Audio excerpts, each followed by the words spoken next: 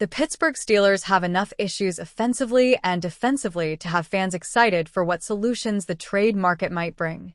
Unfortunately, not every issue is solvable with a mid-season trade. All things considered, the Steelers' offense is playing the best it has in years.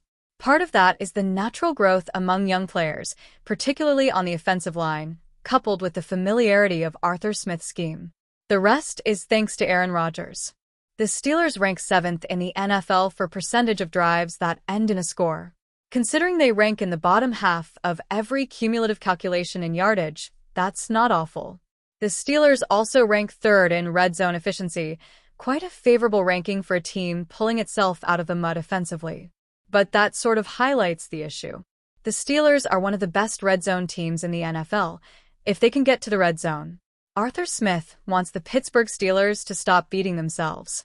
Pittsburgh ranks 16th in third down conversions, with just 39% of third downs converted. To satisfy your curiosity, the defense ranks 24th in third down conversions, allowing 41.8% to be converted. Offensively, Arthur Smith sees one obvious reason this particular issue is plaguing the offense. "We were in way too many third and longs," Smith said Thursday of the offense against the Green Bay Packers. "We have to do a better job there." Steelers fans likely have one third and long that comes to mind. The Steelers were set to face a 3rd and 2 down 10 early in the fourth quarter. DK Metcalf drew a personal foul penalty after the play, creating a 3rd and 17. Rodgers was sacked on the next play, all but washing away the Steelers' hopes of a victory. "Some of those penalties we can control," Smith said. "We have to do a better job. We have to stay on track, so we get in the red zone more." Pittsburgh has faced 3rd and 7 plus 37 times this season, compared to 40 attempts at 3rd and 6 or shorter. It's tough to be efficient when the offense is so often behind the chains. Luckily, this is one area where Pittsburgh might be able to find some life this week against the Indianapolis Colts. Their defense is the 30th ranked unit in the NFL at stopping third down conversions, allowing 47.1% of attempts to be picked up. They also have the 18th ranked red zone defense. If the Steelers can stay out of their own way offensively, they may be able to get into a shootout with the Colts' high-powered offense, and that might just be their best hope at pulling off the upset. DK Metcalf has been fined for his controversial actions in the Steelers' latest loss. Things did not go according to plan for the Pittsburgh Steelers in Week 8. After suffering a shocking upset defeat at the hands of the Cincinnati Bengals in Week 7, the Steelers were hoping to get back on track against the Green Bay Packers. Instead, they suffered their second straight loss, with a final score coming in at 35-25. Tempers flared throughout this game, and unsurprisingly, star wide receiver DK Metcalf found himself mixing it up with the Packers' defense. Along the way, Metcalf was involved in a controversial encounter with Green Bay linebacker Quay Walker, and on Saturday, it was announced that he has been punished by the NFL for his actions. DK Metcalf fined for Quay Walker encounter. The NFL fined Steelers DK Metcalf $12,172 for unsportsmanlike conduct. This run-in with Packers Quay Walker last week. Over the offseason, Pittsburgh swung a blockbuster trade with the Seattle Seahawks to bring Metcalf to town. Through 7 games, Metcalf has clearly been quarterback Aaron Rodgers' favorite target in the passing game, as he's got 27 catches for 461 yards and 5 scores. The problem is that the team doesn't have much depth at wide receiver behind him, which allows opposing defenses to give Metcalf more attention.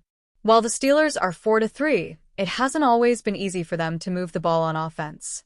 There are admittedly quite a few new faces in town, so it's going to take some time for everyone to get on the same page. But several times against the Packers, those tempers boiled over, and it resulted in Metcalf picking up a costly penalty in the fourth quarter. On 2nd and 7 with just over 10 minutes left in the game, Jaylen Warren picked up 5 yards on a run, but it was quickly wiped out after Metcalf appeared to attempt to stick his hand into Walker's helmet and poke his eye. Pittsburgh was pushed back 15 yards, setting up a 3rd and 17 that they did not convert. Not only did Metcalf's actions hurt his team, but they also cost him a pretty penny, as it was revealed on Saturday that he was fined $12,172 for this encounter. The NFL fined Steelers WR DK Metcalf $12,172 for unsportsmanlike conduct. This run-in with Packers LB Quay Walker last week, Tom Pelissero of NFL Network shared in a post on X. DK Metcalf, Steelers looking to get back in the win column in Week 9.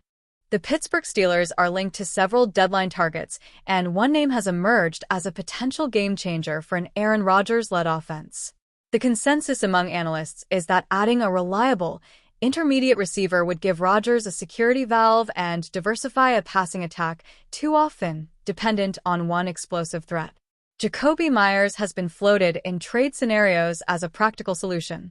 His route precision, dependable hands, and experience as a chain mover fit the Steelers' immediate needs and would pair neatly with DK Metcalf's vertical ability.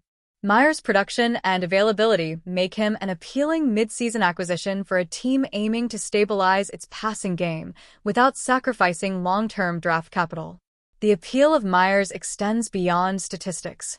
He thrives in a variety of alignments, can operate both inside and outside, and has shown the capacity to create separation at the intermediate levels where Rodgers excels. For a veteran quarterback who still relies on timing and anticipation, a seasoned slot-to-outside target presents a major upgrade in pre-snap and post-snap reads, allowing the offense to be less predictable and more balanced. From a roster construction standpoint, the move would be measured. Pittsburgh would likely not surrender premium picks for a receiver in his contract year, but a deal for mid-round compensation would be reasonable if the Steelers can secure an immediate extension. That path preserves future flexibility while addressing a pressing weakness ahead of playoff positioning and divisional battles.